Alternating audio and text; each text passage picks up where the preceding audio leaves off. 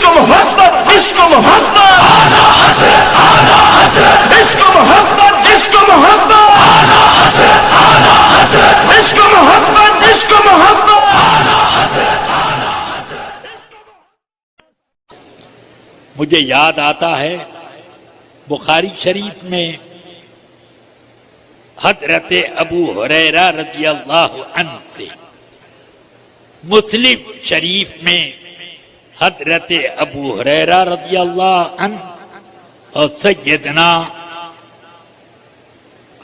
امیر المومنین عمر فاروق رضی اللہ عنہ سے روایت ہے کہ سرکار کی بارگاہ میں جبریل امین حاضر ہوئے، عرض کی ایمان کیا ہے، اسلام کیا ہے، احسان کیا ہے، سب کا جواب میرے آقا نے دیا. پھر پوچھا متی الساعہ، قیامت کب آئے گی؟ تو میرے آقا یہ نہیں فرماتے لا اعلم، میں نہیں جانتا، بلکہ ایک مبہم جواب کیا جس کا دونوں معنی ہو سکتا. فرمایا مل مسئول عنہا بأعلم من السائل، جس سے تم نے قیامت کے بارے میں سوال کیا ہے وہ سائل سے زیادہ قیامت کے بارے میں نہیں جانتا. یعنی ایک معنی یہ ہو سکتا ہے کہ تم بھی جانتے ہو اتنا ہی میں بھی جانتا ہوں کب آئے گی، اور یہ بھی معنی ہو سکتا ہے جیسے تم نہیں جانتے ویسے میں نہیں جانتا. مگر اللہ کا جب محبوب پر تعلیم کے معاملے میں خاص طور سے فضل عظیم ہے تو وفات سے پہلے پہلے میرے آقا کو علوم خمسہ سے مالا مال کیا. کیوں نہیں؟ کیا آپ کو پتا نہیں ہے؟ مسلم شریف میں حدیث ہے کہ رسول پاک نے جنگ بدر سے ایک روز پہلے ایک لکڑی سے نشان لگایا، یہاں ابو جہل مرے گا. ایک نشان لگایا، یہاں امیہ مرے گا، یہاں عتبہ، یہاں شیبہ وغیرہ.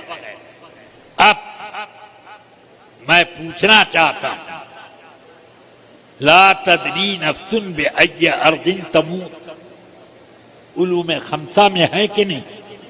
کسی کو پتا نہیں کہ کون کہاں مرے گا، اور میرے آقا بتا رہے ہیں کہ کون کہاں مرے گا. بلکہ میرے آقا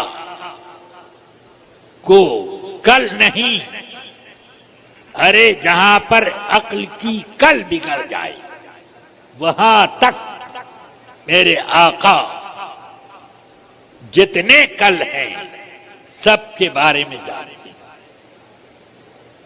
اگر ایسا نہ تھا تو حضرت رسول پاک نے یہ کیوں فرمایا کہ سائل سے زیادہ جس سے پوچھا گیا نہیں جانتا قیامت کے بارے میں، مگر سأخبرک عن ساعتها، میں تم کو اس کی علامتیں بتا دوں گا. میں علامتیں بتا دوں گا. تو بتاتے ہیں ان تلد الامۃ ربتها، ایک روایت ان تلد الامۃ ربها، دونوں طرح کی روایتیں مسلم میں موجود ہیں. بخاری میں ربتها ہے.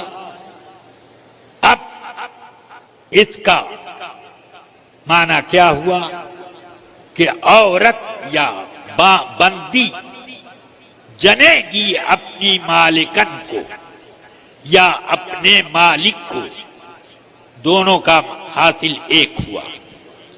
یعنی بیٹا پیدا ہو یا بیٹی، اپنی ماں پر حکومت کرے گا جیسے مالک اپنے غلام اور باندی پر حکومت کرتا ہے۔ سبحان اللہ سبحان اللہ۔ یہ مطلب کیا تم اپنی آنکھ سے اس زمانے میں کچھ گھروں میں دیکھتے نہیں ہو؟ بلکہ آپ ہی لوگوں میں کوئی نہ کوئی ایسا ہوگا جو اپنی ماں سے کہتا ہے ماں کمرہ گندا ہو گیا جھاڑو لگا دے۔ یہ مالکوں کا حکم ہے کہ نہیں ہے؟ ماں میں دسترخوان پہ بیٹھ گیا ہوں ذرا کھانا لگا، ایسا کہنے والے ہیں کہ نہیں؟ لا الہ الا اللہ۔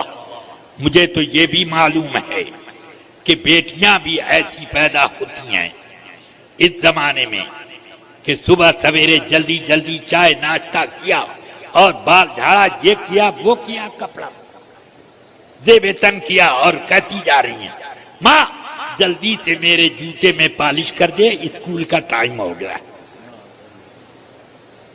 اور کبھی کبھی بیٹا صاحب بھی یہی حکم دیتے ہیں، اور اگر پلٹ کر کے ماں نے کہہ دیا اپنی بہو صاحبہ سے کہہ دو، اپنی بیوی صاحبہ سے کہہ دو تمہارے کپڑے پر استری کرے، ناک پھاؤں چڑھ جائے گی، تو کس روز کے لیے ہے؟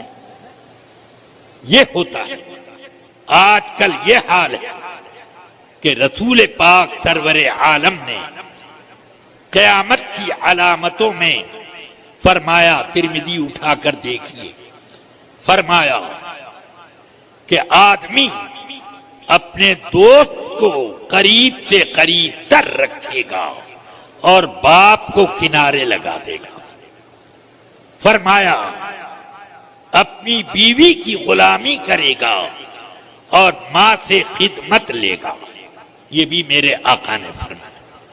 دیکھتے ہو بیوی کی خدمت تو کر دے گا کہ اس کی جوتی پر کبھی پالش لگا دے، نہ لگایا، مگر بازار سے بغل میں دبا کر کاندھے پہ اٹھا کر ضرور لائے گا، یہ کر دیتا۔ یہ اتنی حد تک آدمی ماؤں کے حق میں گر گیا، جبکہ میرے آقا سے ایک صحابی نے پوچھا، آپ یہ حدیث بخاری ترمذی وغیرہ سب نے پڑھی ہے، فرماتے این الجنت یا رسول اللہ، جنت کہاں ہے؟ فرمایا تحت قدم امک، تیری ماں کے قدم کے نیچے۔ مگر اب تم لوگ آج اس جنت کو بیویوں کے قدم کے نیچے تلاش کر رہے ہو اور ماں کو اپنے قدم کے نیچے رکھتے۔ یہ اللہ تبارک و تعالی نے یہی فرمایا کہ اقترب للناس حسابهم وهم فی غفلۃ